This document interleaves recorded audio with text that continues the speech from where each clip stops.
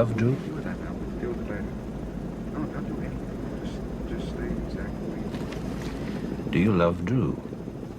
He's not gonna get a better offer. You mean like you loved Mom? Forget about me, Mom. Are you going to marry him?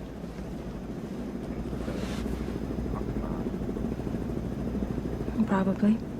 Listen, I'm crazy about the guy. He's smart, he's aggressive, he could carry parish communications into the 21st century and me along with it.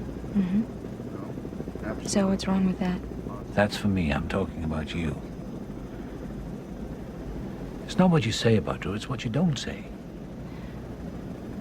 Maybe you're not listening. Oh, yes, I am. There's not an ounce of excitement, not a whisper of a thrill. This relationship has all the passion of a pair of titmice. I want you to get swept away. I want you to levitate. I want you to sing with rapture and dance like a dervish. Oh, that's all? Yeah, be deliriously happy, or at least leave yourself open to be. Okay. Be deliriously happy. I shall do my utmost. I know it's a cornball thing, but love is passion, obsession, someone you can't live without. I say, fall head over heels, find someone you can love like crazy and who'll love you the same way back. How do you find him? Well, you forget your head and you listen to your heart.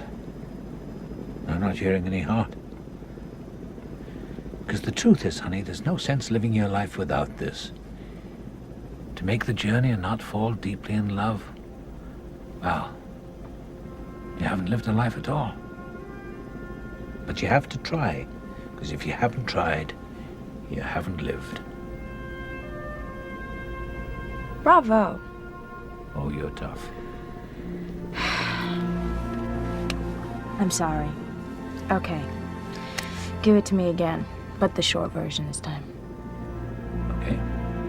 Stay open. Who knows? Lightning could strike.